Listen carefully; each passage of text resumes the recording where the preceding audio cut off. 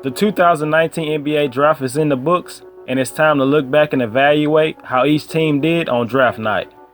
There were a crazy amount of trades that went down before and during the draft, with a lot of teams moving up and down throughout the night. I'm sure most fans lost track of which players were going to stay with the team that drafted them, especially after the first round. There were 17 trades that were agreed to on draft night, the most of any draft in the last 5 years.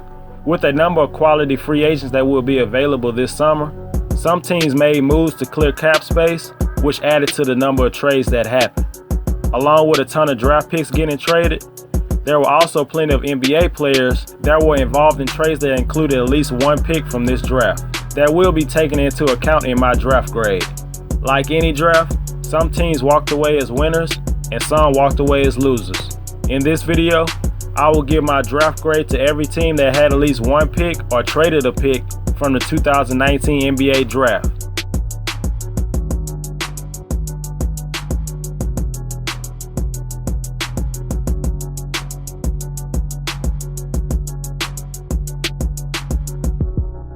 There was a rumor that the 76ers had promised Matisse Thybulle that they would select him at 24. That information got leaked out, and the Boston Celtics were able to take advantage as they selected Thybulle at number 20. They traded him to the 76ers and were able to squeeze out an extra second-round pick. This isn't the first time that the Celtics had knowledge of who the 76ers wanted in the draft, and it really hurts when the Celtics turned that extra pick into a player like Carson Ellis, who would have been a good fit as a backup to Ben Simmons. But aside from that, giving up that pick could be worth it with a player like Matisse Thybulle. He might be the best perimeter defender in the draft.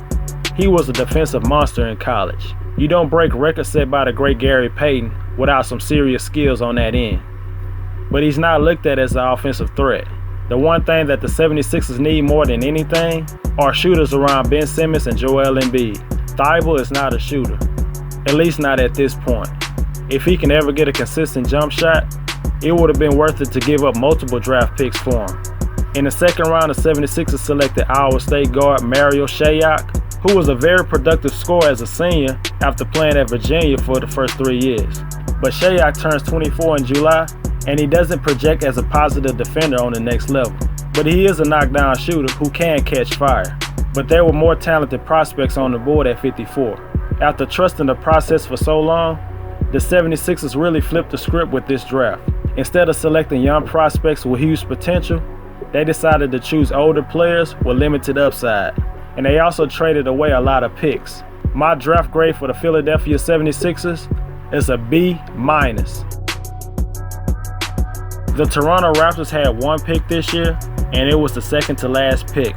So nobody was expecting the NBA champs to come away with a great draft this year. With the 59th pick, the Raptors drafted Miami Hurricanes big man, DeJuan Hernandez, who was forced to sit out his junior year because of an NCAA corruption scandal. He had a breakout year in his sophomore year, the same year he played with Lonnie Walker and Bruce Brown. He averaged an efficient 11 points per game and was the defensive anchor on the team. Hernandez is a solid post scorer and roll man and can get up and down the floor. At the combine, he graded out as the third most athletic big man overall. It's worth taking a gamble on a player who has potential, even though he hasn't played competitive basketball in a year. My NBA draft grade for the Toronto Raptors is a C+.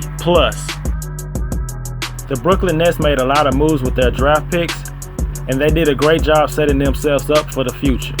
First off, the Nets packaged their 17th pick along with another first-round pick and Allen Crabbe, and made a trade with the Atlanta Hawks and received Taurean Prince in return. Prince is an excellent pickup for the Nets. He averaged 13 points last season and shot 39% from three-point range, and he's still only 25.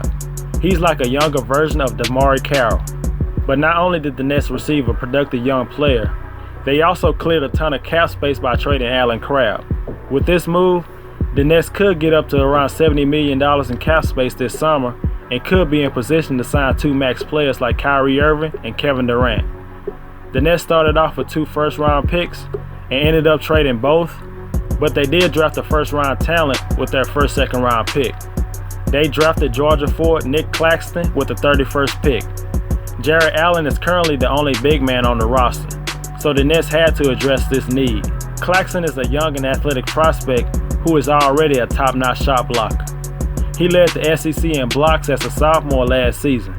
He stands at almost 7 feet tall with a 7'3" wingspan, and he came to Georgia at around 193 pounds as a freshman and is now 220 pounds. That shows how hard he has worked and how committed he is to improving his body. Claxton is relentless on both sides of the ball. He is very raw on the offensive side of the ball and is not a good outside shooter at this point, but he is crazy versatile on defense. With his length and quickness, he could potentially defend all 5 positions.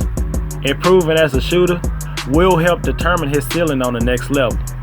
With the 56th pick, the Nets drafted the UCLA point guard Jaxson Hayes. Hayes has good qualities with his athleticism and speed and has improved as an outside shooter. Even though he averaged more assists in his sophomore year, he also committed more turnovers. He can be very sloppy with the ball and doesn't have a good feel for the game. But with the 56th pick, this is a low risk, potentially high reward for the Nets. He has the talent. He just have to put it all together. My NBA draft grade for the Brooklyn Nets is a B. After news of players like Kyrie Irving and Al Horford potentially going to another team, this draft could be something the Celtics fans can feel good about. The Celtics picked several prospects that can make an immediate impact as soon as next season. The best pick they made was their 14th pick, Romeo Langford.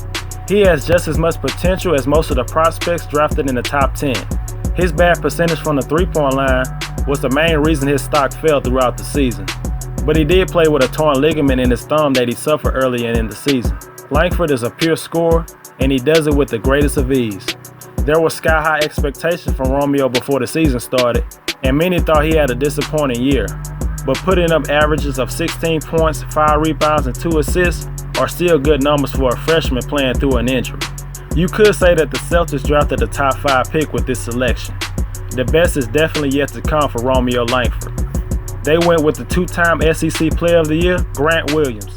Even though his game is more suited for how the game was played 20 years ago, he still can have an impact in today's NBA. Williams dominated in the post during his time at Tennessee and simply lived at the free throw line.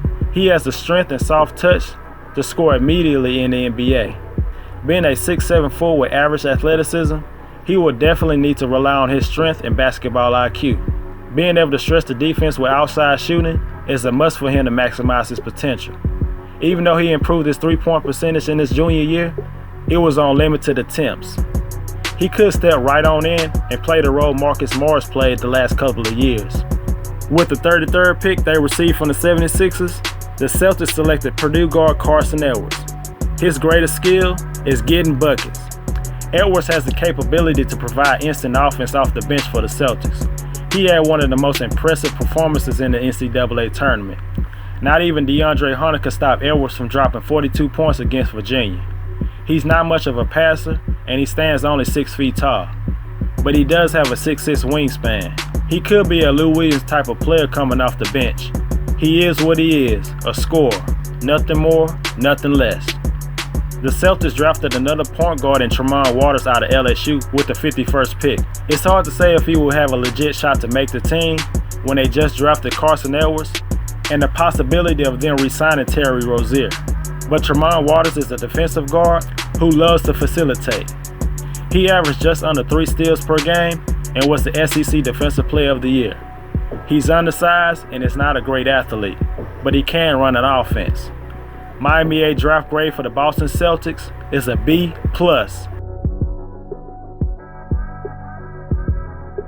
For the first time in what seems like forever, the Knicks fans cheer for a draft selection made by their team. In what many experts look at as a 3-player draft, the Knicks landed one of those 3 players. The Knicks drafted the versatile wingman in RJ Barrett. He brings good size for his position and has the mindset, intangibles, and IQ to thrive in New York. Barrett plays with a lot of passion and toughness, which will play very well for the fans in New York. The lights won't be too bright for this kid. He wanted to be on this stage, and he wanted to be a New York Knick. Even though he averaged 22 points in college, he will need to improve his offensive game. He's not necessarily a great shot creator, and he only shot 30% from three-point line. tightening up his handles is needed for him to be the scorer the Knicks want him to be. He has the size and athleticism to defend multiple positions. Given his work ethic, I expect Barrett to be a plus defensive player. The Knicks didn't screw this one up. They got the guy they were supposed to get. The Knicks made a trade with the Sacramento Kings and received the 47th pick, which they used on the Big Ten Freshman of the Year, Ignas Prasdekas. The Knicks have an all-Canadian draft, as Prasdekas was also born in Canada. Also like RJ Barrett, he brings toughness and passion to the table and plays with a ton of confidence. He also doesn't mind engaging in a little trash talk from time to time. New Yorkers would definitely appreciate a player who loves to mix it up with their opponents. His outside shooting and feel for the game are what stands out when watching Prasdekas. He was very efficient from the outside in his freshman season as he knocked down around 40% from three-point range.